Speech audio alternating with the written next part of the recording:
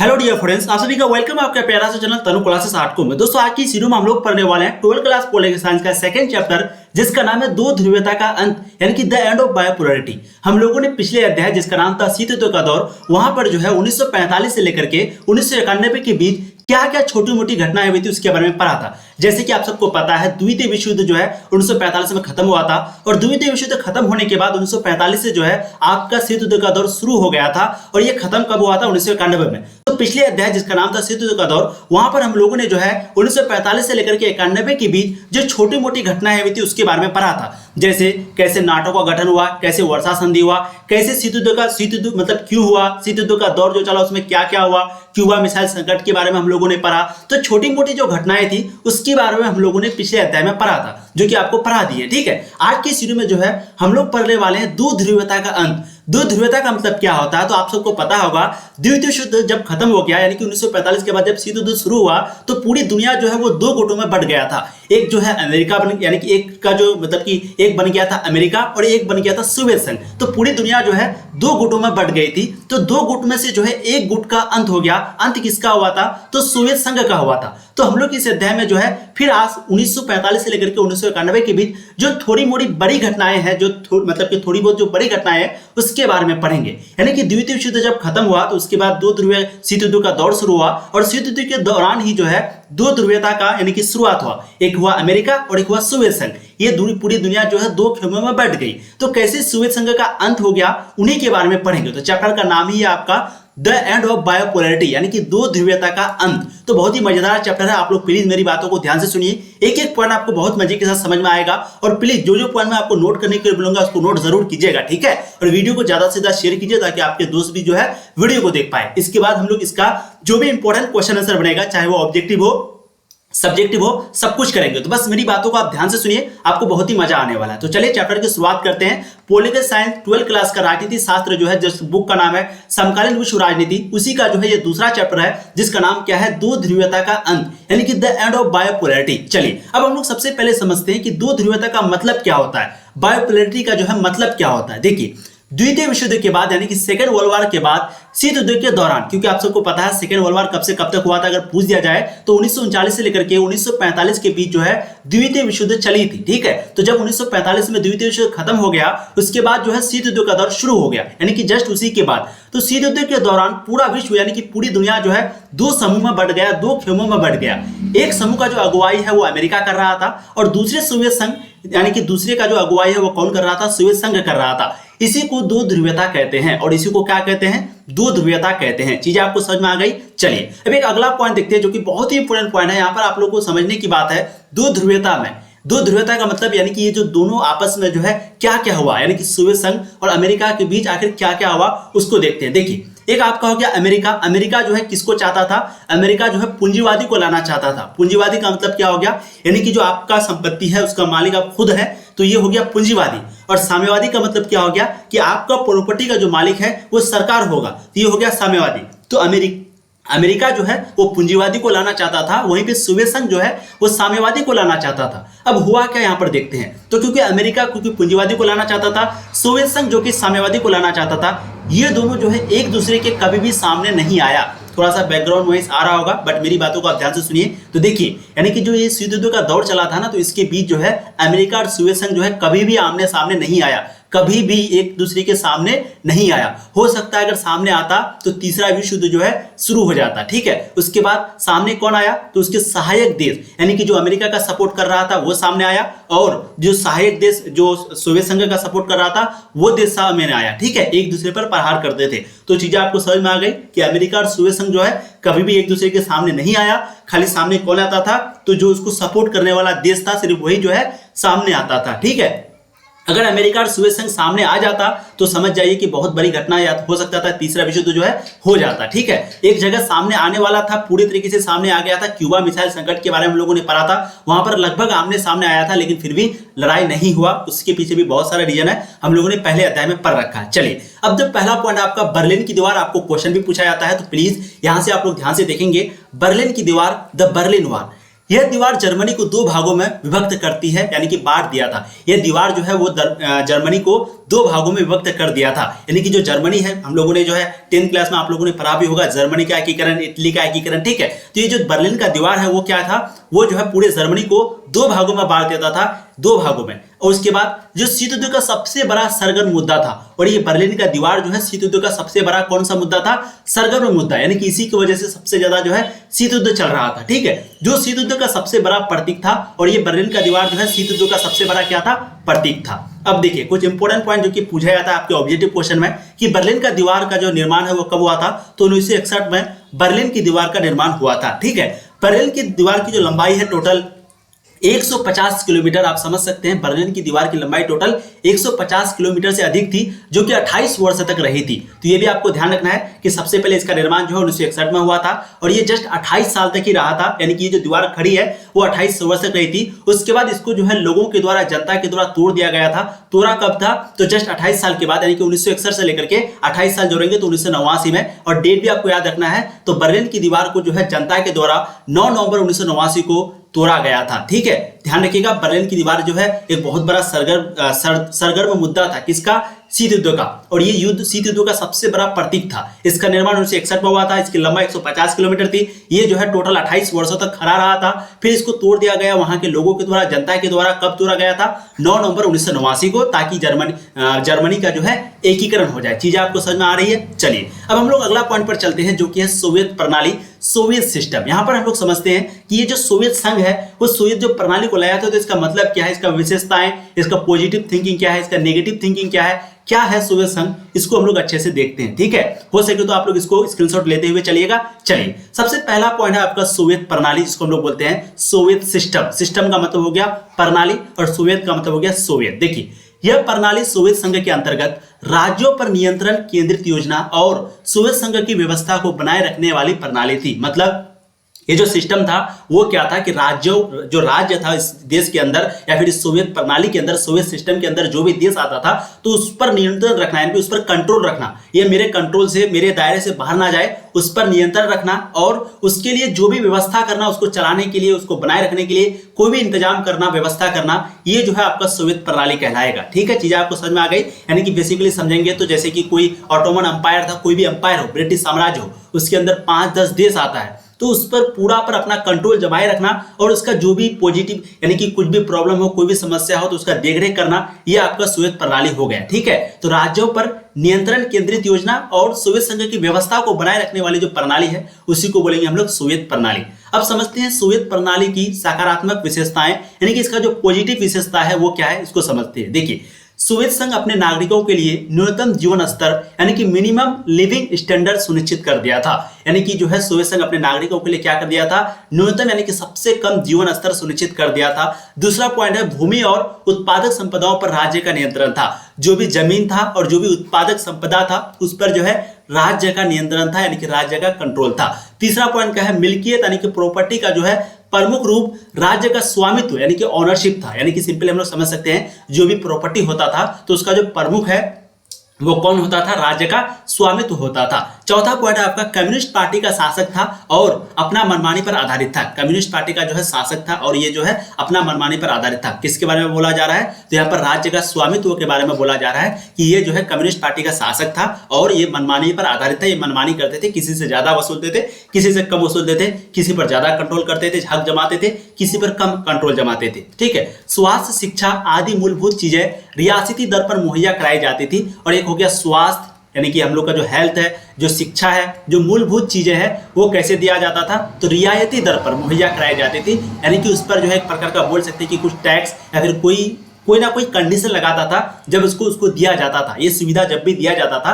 यानी कि जैसे हम आपको कोई सुविधा देंगे, स्वास्थ्य का, शिक्षा का या फिर कोई भी आपका जरूरत हो उसका सुविधा देंगे, तो कुछ ना कुछ हम कंडीशन लगाएंगे। ऐसा कंडीशन वहां पर लगाया जाता था। सोवियत प्रणाली से सोवियत संघ का घरेलू सामान उत्पादन क्षमता काफी उन्नत हो गई। और सोवियत प्रणाली यानी कि सोवियत सिस्टम से क्या हुआ कि सोवियत संघ का जो घरेलू सामान है, उत्पादन क्षमता है, ये बहुत ही ज्यादा बढ़ गई। मतलब कि उत्पादन क्षमता भी बढ़ गया, बहुत ही ज्यादा तरक्की किया। अर्थव्यवस्था जो है योजनाबद्ध तरीके से चलता था और इन लोगों का जो इकोनॉमिक्स है, जो अर्थव्यवस्था है, वो योजनाबद्ध यानी कि एक प्लानिंग के हिसाब से चलता था कि आज अगर इतना जीडीपी है तो कल उतना। उस समय जीडीपी तो नहीं था, जो भी था उस समय, तो एक एक मतलब नियम अनुसार कि आज अगर हम लोग यहाँ पर है दो स्टेप में है, दूसरा मंजिला में, तो कल हम लोगों को तीसरा मंजिल में जाना ही है। कुछ इस प्रकार का उन लोगों का प्लानिंग होता था। तो ये हो गया आपका सोवियत प्रणाली की सकारात्मक विशेषताएं। हो सके तो स्क्रीनशॉट ले लीजिएगा। चलिए अब हम लोग समझते हैं सोवियत प्रणाली की कमियां अर्थात नकारात्मक विशेषताएं। उससे पहले अगर कोई भी पीडीएफ लेना चाहते हैं, मैं आपको बार बार बता चुका हूं, अगर आपको कोई भी सब्जेक्ट का पीडीएफ चाहिए तो आप सिंपली इस नंबर पे कांटेक्ट करके मैसेज करके व्हाट्सएप के जरिए बात कर सकते हैं। हमारा टीम जो है वो आपसे बात कर लेगा, ठीक है। 7667532320 ये जो है आपका मतलब मोबाइल नंबर है। इसमें आपको मैसेज करना है, कॉल करना है। इस नंबर से आप जरूर बात कीजिए। कोई भी सब्जेक्ट का पीडीएफ, चाहे वो सब्जेक्टिव क्वेश्चन का हो, ऑब्जेक्टिव क्वेश्चन का हो, कोई भी सब्जेक्ट का हो, आपको 100% मिलेगा बहुत ही कम प्राइस में। तो प्लीज इस नंबर पे आप जरूर कांटेक्ट करें। शुरू में ही आपको लेना फायदा है ताकि आप रिवीजन बहुत अच्छे से कर पाएं, ठीक है। 7667532320। चलिए अब हम लोग समझते हैं सोवियत प्रणाली की कमियां अर्थात नकारात्मक विशेषता को। सबसे पहला, नौकरशाही और सत्तावादी प्रणाली का होना एक नकारात्मक विशेषता थी। अब नौकरशाही और सत्तावादी मतलब क्या हो गया? सत्तावादी मतलब ये सिंपल समझ सकते हैं कि सत्ता का जो अधिकार है वो किसी को भी दे दिया जाता था, या फिर कहें जो ज्यादा थोड़ा फेमस होता था वही सत्ता का अधिकार, या फिर उसका बेटा का बेटा का बेटा, यानी कि कुछ वंशागति जो परंपरा है उस तरीके से चलता था, ठीक है। और नौकरशाही मतलब क्या हो गया कि उस समय भी जो है नौकर वाला जो है सिस्टम चल रहा था। तो ये नौकरशाही और सत्तावादी जो प्रणाली है ये जो है एक नकारात्मक विशेषता थी। दूसरा, कुछ समय बाद नागरिकों का जीवन जो है कठिनाई में पड़ने लगा। ये पढ़ने होगा, ठीक है, पढ़ने नहीं पढ़ने। तो कुछ समय बाद जो है नागरिक वहां के जो भी जनता थे, जो भी सिटीजन थे, उनका जो जीवन है वो कहां पर पड़ने लगा? कठिनाई में, यानी कि कुछ ना कुछ मुश्किलात जो है उन लोगों के पास आने लगी। रूस का हर मामले में ज्यादा भागीदारी थी, और रूस का जो है हर मामले में ज्यादा भागीदारी था, जिससे बाकी 15 राज्य जो कि सोवियत संघ का हिस्सा था नाराजगी जता रही थी। तो आपको जैसे कि पता है सोवियत जो संघ है वो टोटल 15 देशों का जो है समूह था, ठीक है, 15-16 देशों का। तो पूछा भी जाता है कि रूस जब सोवियत संघ टूटा तो उसके बाद कितना देश बना? तो टोटल 15 देश बना। इसमें एक रूस था, यानी कि टोटल 16 देश। तो अगर पूछा जाए कि रूस को टूटने के बाद कितना देश बना, तो 15 देश बना। तो इसमें जो है 15 देश था और एक रूस था। तो हर जगह जो है दबदबा ज्यादा किसका था? रूस का था, ठीक है। ध्यान रखिएगा, अगर पूछा जाए कि सोवियत संघ में जो है, यानी कि सिंपली हम लोग समझ सकते हैं कि सोवियत संघ जो है टोटल 15 राज्यों का जो समूह था, तो उसमें से सबसे ज्यादा जो इंपॉर्टेंस है वो रूस को दिया जाता था। किसको दिया जाता था? रूस को दिया जाता था, ठीक है। चलिए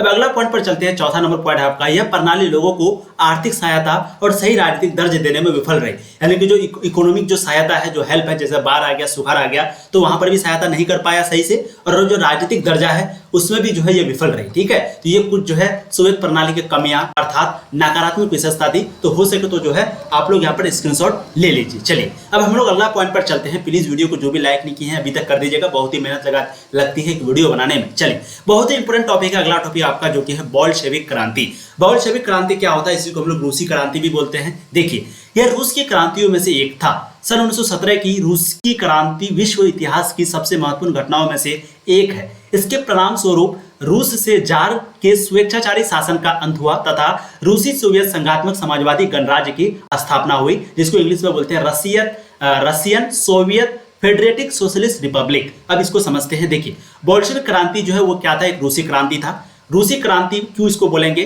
क्योंकि ये जो है रूस में हुआ था। तो रूस में बहुत सारा क्रांति हुआ था, तो उसमें से एक था बोल्शेविक क्रांति। इसी को हम लोग रूसी क्रांति बोलते हैं। रूसी क्रांति जो हुआ था तो उसके बाद हुआ क्या था कि 1917 में जो है जार का अंत हुआ था। जार निकोलस के बारे में आप लोगों ने पढ़ा होगा, जार शाही शासन। आपको क्वेश्चन में पूछा जाता है कि जार शासन रूस में कब समाप्त हुआ था? तो 1917 में हुआ था, और इसके समाप्ति के बाद जो है लेनिन आया था, ठीक है। तो जार शासन का जो है अंत हुआ था। कहां पर? रूस के बारे में हम लोग यहाँ पर बात कर रहे हैं, तो रूस में ही हुआ था ऑब्वियसली। तो 1917 में जो है जार शासन का अंत हुआ, और इसके बाद जो है रूस से जार का स्वेच्छाचारी शासन का अंत हुआ। उसके बाद रूसी सोवियत संघ समाजवादी गणराज्य का जो है स्थापना हुआ, यानी कि रूसी सोवियत संघात्मक समाजवादी गणराज्य का क्या हुआ? वहां पर स्थापना हुआ। उसके बाद देखते हैं कि यह क्रांति जो है दो भागों में बट गई। एक था आपका मार्च 1917 में और एक था अक्टूबर 1917 में। अब इसको हम लोग समझते हैं। देखिए सबसे पहले आपको ये तो समझ में आ गया कि बोल्शेविक क्रांति क्या है। तो रूस की क्रांतियों में से एक क्रांति है। ये क्रांति के बाद हुआ ये था कि जो जार का शासन था वो समाप्त हो गया। जार का शासन कब समाप्त हुआ था? 1917 में। ये समाप्त होने के बाद वहां पर जो है सोवियत संघ समाजवादी गणराज्य का जो है स्थापना हुआ। अब ये जो क्रांति है वो दो भागों में बढ़ गया। एक आपका हुआ था मार्च 17 में, एक हुआ था आपको अक्टूबर 1917 में। अब जो पहली क्रांति जो मार्च 1917 में हुआ था उसके फलस्वरूप क्या हुआ कि सम्राट के जो पद है, सम्राट को पद जो है वो त्याग के लिए विवश होना पड़ा तथा एक अस्थायी सरकार बनी। यानी कि जो सम्राट थे, जो जार थे, जार उसका नाम था, जार निकोलस, तो वो क्या किया, इस पद को यानी कि जो उसका जो गद्दी था उसको छोड़ दिया, उसको त्यागना पड़ा, छोड़ना पड़ा, और वो भाग भी गया। और वहां पर जो है एक अस्थायी, परमानेंट नहीं, टेम्पररी के लिए जो है एक सरकार बनी। पहली क्रांति मार्च 1917 के बाद। जो दूसरी क्रांति हुआ था जिसको बोलते हैं अक्टूबर 1917 की क्रांति, तो वहां पर क्या हुआ था, इसके बाद जो क्या हुआ था, इसके फलस्वरूप अस्थायी सरकार को हटाकर बोल्शेविक सरकार यानी कि कम्युनिस्ट सरकार की स्थापना की गई। ठीक है, तो पहली जो क्रांति हुई थी मार्च 1917 में, उस समय एक अस्थायी सरकार यानी कि जो टेम्पररी कुछ दिन के लिए बनाया गया था वो सरकार बनी। फिर जो दूसरी क्रांति हुई थी अक्टूबर की क्रांति जिसको बोलते हैं, तो उस समय के बाद जो है बोल्शेविक सरकार बनी थी, बोल्शेविक सरकार की स्थापना हुई थी। किसको हटाकर, अस्थायी जो सरकार बनी थी उसको हटाकर। चीजें आपको समझ में आ गई। चलिए अब अगला पॉइंट पर हम लोग चलते हैं, दूसरी दुनिया के देश। आप लोग कमेंट में जरूर बताइएगा कि आप लोग को समझ में आ रहा है कि नहीं, और कुछ डाउट वगैरह हो तो वो भी कमेंट में बताइएगा। देखिए दूसरी दुनिया का देश यानी कि सेकेंड वर्ल्ड कंट्री, इसको समझते हैं। वैसे देशों को दूसरी दुनिया का देश कहा जाता है जो समाजवादी गुट में शामिल था। इसका नेतृत्व जो है समाजवादी सोवियत गणराज्य कर रहा था। अब यहाँ पर चीजें समझने वाली है, इसको समझते हैं। देखिए हम लोग जानते हैं दुनिया टोटल दो गुट में बट गया था। एक का जो अगुवाई है वो अमेरिका कर रहा था, जैसे कि आप सबको पता है यूएसए कर रहा था, और जो दूसरा का अगुवाई है वो कौन कर रहा था, तो सोवियत संघ कर रहा था। अब यहाँ पर दूसरी दुनिया का देश के बारे में पढ़ रहे हैं तो ये चीज आप ऑब्जेक्टिव कभी पूछ दे कि दूसरी दुनिया का देश कौन सा है, तो वो है सोवियत संघ। पहली दुनिया का देश कौन सा हो गया, अमेरिका, और जो दूसरी दुनिया का देश है वो कौन हो गया, सोवियत संघ। तो हम लोग अब पढ़ने वाले हैं दूसरी दुनिया के देश के बारे में, यानी कि वैसे देशों को दूसरी दुनिया का देश कहा गया जो कि समाजवादी गुट में शामिल था, जो सोवियत संघ के अंतर्गत आता था। इसका नेतृत्व जो है कौन कर रहा था, तो समाजवादी सोवियत गणराज्य कर रहा था। अब आगे हम लोग देखते हैं यूएसएसआर, फुल फॉर्म भी कभी कभी पूछ लिया जाता है, union of Soviet socialist Republic. क्या है, union of Soviet socialist Republic, यानी कि यूएसएसआर, जिसको हम लोग बोलते हैं हिंदी में सोवियत संघ। देखिए यह एक ऐसा संघ था, यानी कि दूसरी दुनिया के बारे में हम लोग पढ़ रहे हैं, तो यूएसएसआर जिसको सोवियत संघ बोलते हैं, यही था आपका दूसरी दुनिया। तो ये एक ऐसा संघ था जिसमें टोटल 15 देश शामिल थे। तो ऑब्जेक्टिव क्वेश्चन आपको पूछा जाता है कि सोवियत संघ में टोटल कितने देश शामिल थे, तो 15 देश शामिल थे। इस संघ का जो नेतृत्व है वो कौन कर रहा था, तो सोवियत रूस कर रहा था। और ये 15 देश जो शामिल था, 15 देश का नेतृत्व कौन कर रहा था, सोवियत रूस कर रहा था। यह संघ यानी कि अर्थात ये सोवियत संघ जो है 1917 की व्लादिमीर लेनिन की क्रांति यानी कि बोल्शेविक क्रांति के बाद अपना सक्रिय रूप में आया था। चीजें आपको समझ में आ गई, यानी कि जब जार का अंत हुआ था तो उस समय के बाद लेनिन जो है यहाँ पर लेनिन के नेतृत्व में ही तो बोल्शेविक क्रांति हुई थी, आप लोगों ने 10th क्लास में पढ़ा है। तो 1917 के बाद जब व्लादिमीर लेनिन की क्रांति हुई यानी कि बोल्शेविक क्रांति हुई, उसके बाद ये जो संघ है वो अपना सक्रिय रूप में आया था, यानी कि एक प्रकार का अलर्ट हो गया था पूरी तरीके से। ठीक है, चीजें आपको समझ में आ गई। चलिए अब हम लोग देखते हैं कि ये सोवियत संघ का जो है उद्देश्य क्या क्या था। देखिए सोवियत संघ का सबसे पहला उद्देश्य था वो था गरीबी और आर्थिक तंगी से छुटकारा पाने के लिए 15 राज्यों का जो है एक संघ बना, यानी कि एक गरीबी और एक आर्थिक जो तंगी था उससे छुटकारा पाने के लिए टोटल 15 राज्यों का एक संघ बना, जिसको बोलते हैं सोवियत संघ। इसका उद्देश्य जो है वो क्या था, समाजवाद और साम्यवादी विचारधारा को पूरी दुनिया में फैलाना। एक समाजवाद, जैसे कि आप सबको पता है, समाजवाद और साम्यवादी जो है एक प्रकार का ये सेम ही चीज है। अभी आप लोग को ये सेम समझना है, आगे हम लोग फिर जो है आपको समाजवाद, आगे आने वाले चैप्टर में समाजवाद और साम्यवादी का डिफरेंस आपको बताएंगे। ठीक है, तो गरीबी और आर्थिक तंगी से छुटकारा पाना ये सबसे पहला उद्देश्य था, इसीलिए जो है ये 15 राज्यों का संघ बना।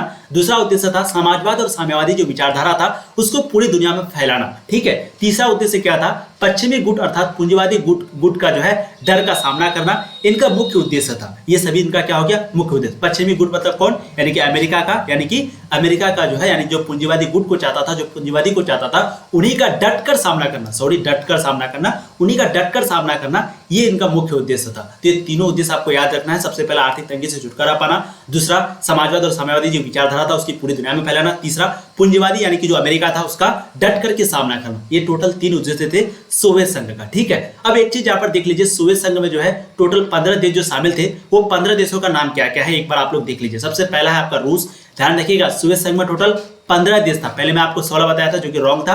टोटल सोवियत संघ में कितना देश था, 15, और 15 में एक रूस भी था। यही रूस जो है सभी देशों पर कंट्रोल जमाता था। ठीक है, तो सोवियत संघ में शामिल देशों के नाम में सबसे पहला देश का नाम है रूस, दूसरा है एस्टोनिया, तीसरा है आपका लिथुआनिया, चौथा है आपका लताविया, पांचवा है ताजिकिस्तान, छठा है तुर्कमेनिस्तान, सातवां है मोल्डोवा, आठवां है कजाकिस्तान, नौवां है किर्गिस्तान, 10वां है अजरबैजान, 11वां है अर्मीनिया, 12वां है उज्बेकिस्तान, 13वां है बेलारूस, 14वां है जॉर्जिया, 15वां है यूक्रेन। और यूक्रेन और रूस के बीच अभी लड़ाई चल रहा है, जैसे कि आप सबको पता है। ये टोटल 15 देशों का नाम था। इसमें के बारे में आप लोगों ने अजरबैजान के बारे में सुन रखा होगा, आर्मेनिया के बारे में सुन रखा होगा, उज्बेकिस्तान के बारे में सुन रखा होगा, बेलारूस के बारे में सुन रखा होगा, उसके बाद तुर्कमेनिस्तान के बारे में सुन रखा होगा, ताजिकिस्तान के बारे में सुन रखा होगा, एस्टोनिया। ये टोटल जो है सोवियत संघ में जो 15 देश थे वो 15 देशों का यहाँ पर नाम है। ये भी सोवियत संघ जब खत्म हो गया 1991 में, तो उसके बाद जो है ये 15 देश जो है अलग अलग हो गया, यानी कि देश अलग अलग होकर के अभी अलग अलग सारा देश बना हुआ है। यूक्रेन भी अलग देश है, जॉर्जिया भी अलग देश है, उज्बेकिस्तान भी अलग देश है। तो ये सभी जो है अभी क्या है, अलग अलग जो है देश बना हुआ है। ठीक है, तो सोवियत संघ में शामिल देशों का नाम आप लोगों ने देख लिया। हो सके तो लिख लीजिएगा, आपके नॉलेज के लिए। कभी पूछता तो नहीं है, लेकिन ये जरूर पूछता है कि टोटल देश कितने थे, 15 थे। उसमें से जो है सबसे ज्यादा भूमिका कौन निभाया, तो रूस निभाया। ठीक है, अब आगे देखते हैं। सोवियत संघ में कम्युनिस्ट पार्टी के शासन नकारात्मक विशेषता अर्थात कमियां। लेकिन सोवियत संघ में जो भी कम्युनिस्ट पार्टी था उसका नकारात्मक विशेषता क्या है, यानी कि उसका कमी क्या था। सोवियत संघ में जो भी कम्युनिस्ट पार्टी था उसका नकारात्मक विशेषता अर्थात उसका कमी क्या था, उसको देखते हैं। सबसे पहले भ्रष्टाचार भरी शासन प्रणाली का होना।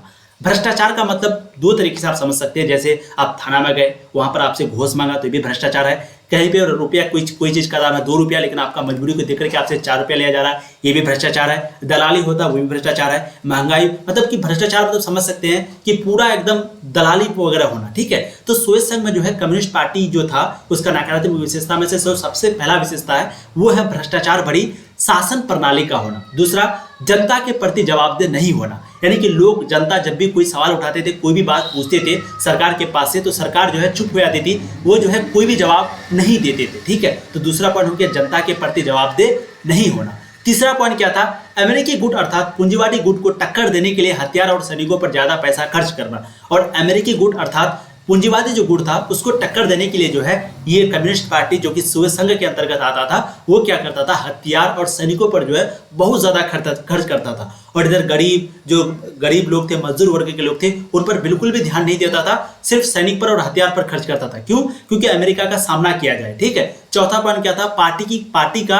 राजनीतिक और प्रशासनिक रूप से गतिरुद्ध होना। और पार्टी का राजनीतिक और प्रशासनिक रूप से गतिरुद्ध होना, यानी कि सिंपली हम लोग बोल सकते हैं ये गतिरुद्ध होना मतलब पार्टी का जो है राजनीतिक तौर पर भी और प्रशासनिक रूप पर से क्या हो गया, गतिरुद्ध हो गया, यानी कि गति जो है रुक गया, जो तरक्की था वो रुक गया। पांचवा पॉइंट क्या था, पार्टी से जुड़े लोगों का अर्थात पार्टी के अधिकारियों को आम जनता से ज्यादा अधिकार मिला हुआ था। यानी कि जो पार्टी से जुड़ा हुआ था या फिर जो पार्टी का अधिकारी था, तो जो भी आम जनता था उससे उन लोगों को ज्यादा अधिकार था। जैसे आज के दिन भी आप देख सकते हैं, कोई भी पार्टी से अगर कोई आदमी जुड़ा हुआ है तो उसको ज्यादा अधिकार मिलता है, और कोई अगर आम आदमी है जो उससे जुड़ा हुआ नहीं है तो उसको कम अधिकार मिलता है। तो उस वक्त भी जो है ऐसा था। ठीक है, छठा पॉइंट क्या है, 70 साल तक शासन करने के बावजूद पार्टी जनता के दैनिक जीवन में कोई सकारात्मक बदलाव सही तरीके से नहीं ला पाई। और टोटल 70 साल शासन करने के बाद भी ये जो पार्टी है कम्युनिस्ट पार्टी, वो जनता के जीवन में कोई भी पॉजिटिव बदलाव जो है नहीं ला पाया। ठीक है, तो ये था सोवियत संघ की कुछ कमियां, जिसको हम लोग बोल सकते हैं नकारात्मक विशेषता। हो सके तो आप लोग एक एक पॉइंट को जरूर लिख लीजिएगा, स्क्रीनशॉट ले लीजिएगा। ठीक है, पीडीएफ के लिए आपको वही नंबर पे कांटेक्ट करना है 7667532320। देखिए, अब हम लोग पढ़ते हैं मिखाइल गोर्बाचेव के बारे में। उससे पहले देखते हैं कि वीडियो जो है, अच्छा चलिए, मिखाइल गोर्बाचेव के बारे में हम लोग पढ़ते हैं, फिर पढ़ेंगे सोवियत संघ की समाप्ति की घोषणा, फिर सोवियत संघ के विघटन के कारण। ठीक है, चलिए, मिखाइल गोर्बाचेव कौन था, एक आदमी का नाम था। इनका जो जन्म है वो हुआ था 1931 ईस्वी में। तो ध्यान रखिएगा, अगर आपको पूछा जाए कि मिखाइल गोर्बाचेव का जो जन्म है वो कब हुआ था, 1931 ईस्वी में हुआ था। 1985 से लेकर के 1991 तक यूएसएसआर के जो है ये अंतिम राष्ट्रपति रहे। तो अगर आपको पूछा जाए कि यूएसएसआर यानी कि सोवियत संघ का अंतिम राष्ट्रपति का नाम क्या है, वो है मिखाइल गोर्बाचेव। ये कब से कब तक राष्ट्रपति बनकर के रहे, तो 1985 से लेकर के 1991 तक, यानी कि लगभग 6 साल तक जो है ये राष्ट्रपति बन के रहे। और इनका जन्म कब हुआ था, तो 1931 ईस्वी में जो है मिखाइल गोर्बाचेव का जन्म हुआ था। ध्यान रखिएगा, सभी इंपॉर्टेंट ऑब्जेक्टिव जो है बन सकता है। मिखाइल गोर्बाचेव जैसे ही राष्ट्रपति बने, यानी कि मिखाइल गोर्बाचेव जैसे ही राष्ट्रपति बने, तो उसके बाद उन्होंने जो है अपना सैनिक को अफगान से पूर्वी यूरोप से वापस बुला लिया। ठीक है, तो राष्ट्रपति बनते ही इन्होंने अफगान और पूर्वी यूरोप से सोवियत सेना को वापस बुला लिया। अब तीसरा पॉइंट क्या है, हथियारों की होड़ की जो है समाप्ति हुई। हथियारों की जो होड़ था, जो सैनिक पर खर्च हो रहा था, जो हथियार पर खर्च हो रहा था, उसकी जो है समाप्ति हुई। और शीत युद्ध की समाप्ति और जर्मन एकीकरण करने में इन्होंने सक्रिय भूमिका निभाया। और शीत युद्ध की समाप्ति हुई, क्योंकि आप सबको पता है 1991 में शीत युद्ध की समाप्ति हुई और जर्मनी का एकीकरण भी हुआ। तो 1991 में जर्मन का एकीकरण तो पहले हुआ था 1990 में, जैसे कि 1989 में दीवार तोड़ने के बाद जर्मन का एकीकरण हो गया। उन दीवार का नाम क्या है? बर्लिन की दीवार। कब टूटा था? 1989 में। ध्यान रखिएगा, क्वेश्चन आपको पूछा जाता है। तो हथियारों की होड़ की समाप्ति हुई, शीत युद्ध की भी समाप्ति हुई और जर्मनी का एकीकरण हुआ। किसके बीच में? यानी कि जब ये राष्ट्रपति बने थे 1950 से लेकर के 1991 के बीच में कार्यकाल में जो है ये सारी घटनाएं हुई। अब चौथा पॉइंट आपका क्या है कि गोर्बाचेव ने पेरेस्ट्रोइका, जिसको बोलते हैं पुनर्रचना, और ग्लासनोस्त, जिसको बोलते हैं खुलापन के नाम से आर्थिक सुधार भी लागू किए। ठीक है, यानी कि पुनर्रचना और खुलापन के नाम से जो है इन्होंने आर्थिक सुधार भी लागू किए थे, जिसको हम लोग बोलते हैं पेरेस्ट्रोइका और ग्लासनोस्त। तो इसको भी आप लोग ध्यान रखिएगा। तो इन्होंने जो है जो भी इंपॉर्टेंट काम किया, इनका जन्म देखा, ये कब तक ये अंतिम राष्ट्रपति थे सोवियत संघ का, उसके बाद ये कब तक शासन किया? टोटल 6 साल, 1950 से लेकर के 91 के बीच। और इसी के कार्यकाल में जो है शीत युद्ध की भी समाप्ति हुई, जर्मन का भी एकीकरण हुआ। ठीक है, और इन्होंने जो है बहुत ही अच्छे काम भी किए। हथियारों का जो होड़ था, जो हथियार पर खर्च होते थे, सैनिक पर खर्च होते थे, उन पर जो है सारा चीज हटा दिया, बहुत कम खर्च करने लगे। उसके बाद अफगान और पूर्वी यूरोप में जो इसका सेना था, सोवियत संघ का सेना, उसको क्या कर लिया? वापस बुला लिया। तो आप सबको पता भी होगा कि अफगान में जो है जो भी रूस का सेना था वहां से वापस बुला लिया। उसके बाद अमेरिका जो है अपना सैनिक को कहाँ भेज दिया? अफगानिस्तान में भेज दिया। और जब अमेरिका भेज दिया तो यही 2021 में जो है अमेरिका जो फिर से वापस ले लिया और अभी अफगानिस्तान में तालिबान का पूरा कब्जा है। ठीक है, चीजें आपको समझ में आ गई। चलिए अब हम लोग देखते हैं सोवियत संघ की समाप्ति की घोषणा।